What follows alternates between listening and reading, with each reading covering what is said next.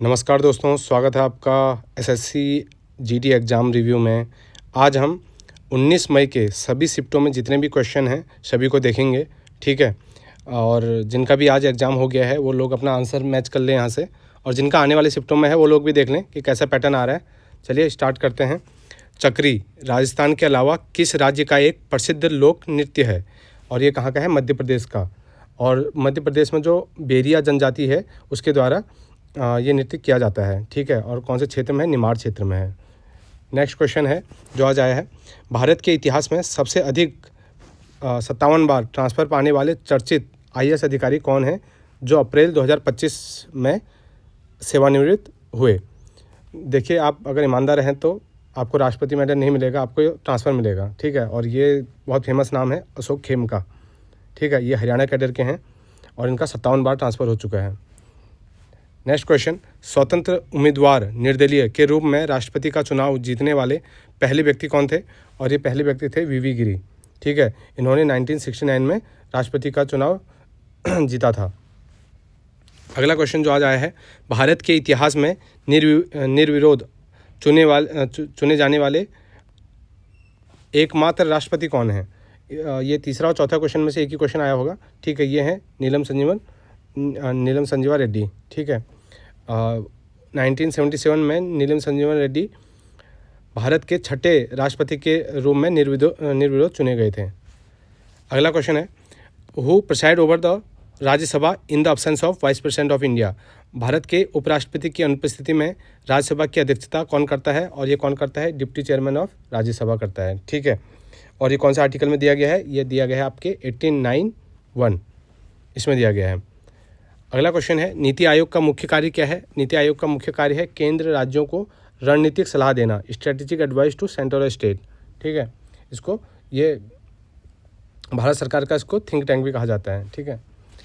कन्नड़ शब्द का शुद्ध वर्तनी रूप कौन सा है? और इसका शुद्ध वर्तनी रूप होगा कन्नड़, ये वाला। अगला क्वेश्चन, गिद्धा नृत्य में बोल या बोलियां क्या दर्शाता है?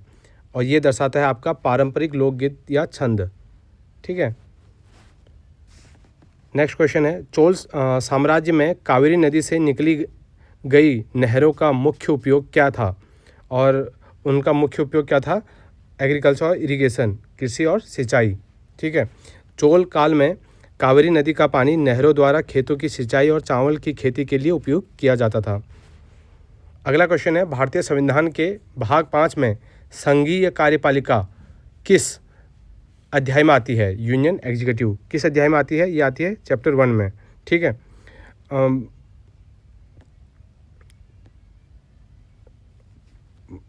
भाग 5 के चैप्टर 1 में, भाग 5 के अध्याय 1 में अनुच्छेद 52 से 78 में राष्ट्रपति, उपराष्ट्रपति और मंत्रिपरिषद जैसी संघीय कार्यपालिका का उल्लेख है, ठीक है। अगला क्वेश्चन है, नेटवर्क तत्परता सूचकांक नेटवर्क रेडिनेस इंडेक्स में कितने मुख्य आयामों को मापा जाता है? और कितने आयामों को मापा जाता है? 4 आयामों को मापा जाता है। क्या क्या? टेक्नोलॉजी, पीपल, गवर्नेंस और इम्पैक्ट, ठीक है। अगला क्वेश्चन है, सचिन तेंदुलकर ने अपना 100वां अंतर्राष्ट्रीय शतक किस स्टेडियम में लगाया था? और कहाँ लगाया था? शेरे बंगला स्टेडियम मीरपुर में, ठीक है, बांग्लादेश के खिलाफ 16 मार्च 2012 को 100वां इंटरनेशनल सेंचुरी। प्रोक्लेम्ड ऑफेंडर का सही हिंदी परिभाषित शब्द क्या है? और इसका सही हिंदी परिभाषित शब्द क्या है? उद्घोषित अपराधी, ठीक है। और भगोड़ा,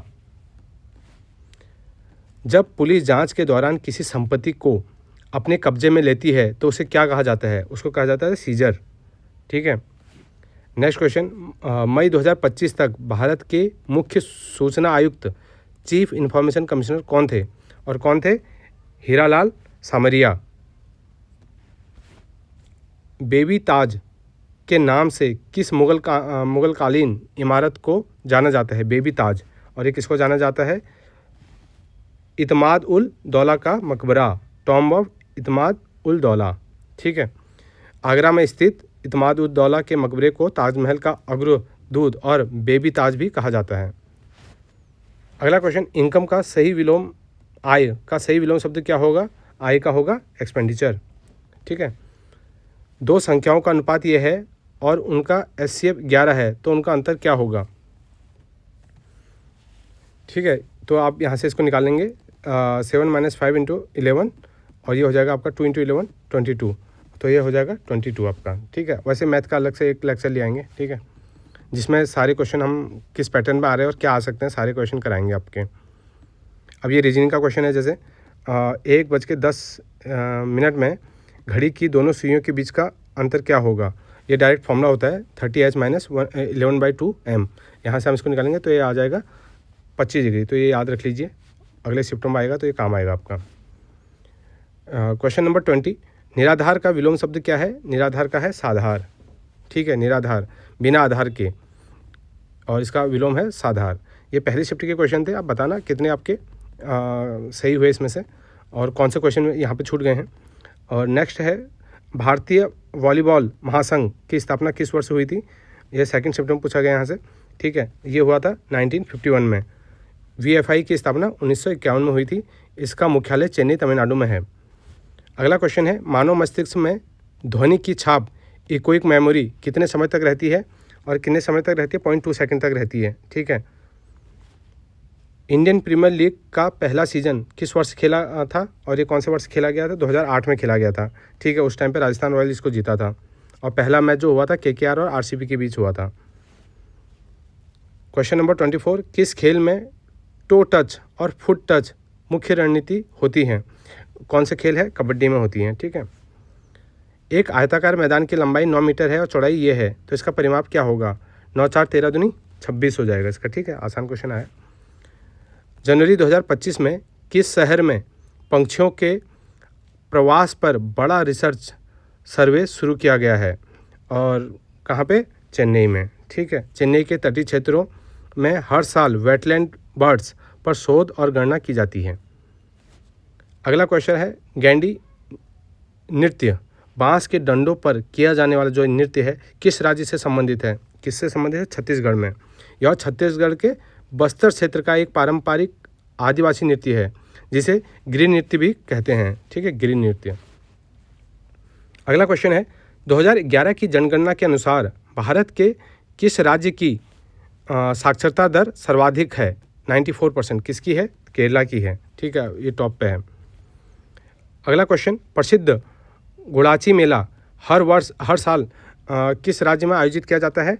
किस राज्य में किया जाता है, कर्नाटक में, गोदाची मेला।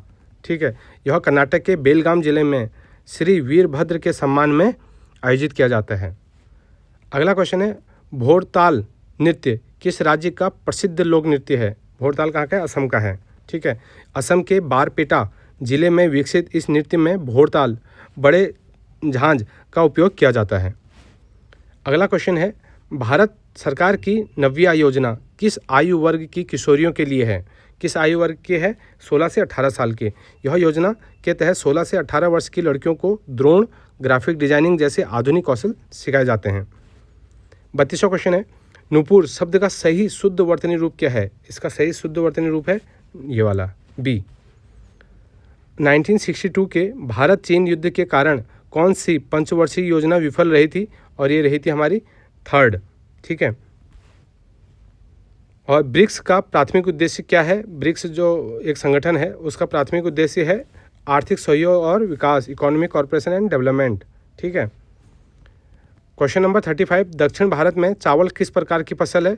चावल कैसी है, खरीफ और रबी दोनों हैं। ठीक है, अनुकूल जलवायु के कारण दक्षिण भारत में चावल खरीफ और रबी दोनों मौसमों में उगाया जाता है। ठीक है, क्वेश्चन नंबर 36, भारत में 12 प्रदूषकों के लिए राष्ट्रीय वायु गुणवत्ता मानक किस वर्ष जारी किए गए थे। किस वर्ष जारी किए गए थे, 2009 में, 18 नवंबर 2009 से। ठीक है, भारतीयों को सिविल सेवा परीक्षा में शामिल होने का अधिकार किस अधिनियम द्वारा दिया गया। कौन सा अधिनियम के द्वारा भारतीयों को सिविल सेवा में अपेयर होने का मौका दिया गया। कौन सा था, चार्टर एक्ट 1853। ठीक है, क्वेश्चन नंबर 38, अल्प विराम का सही चिन्ह कौन सा है। अल्प विराम का है ये वाला अल्प विराम, और पूर्ण विराम का होता है ये ऐसे। ठीक है,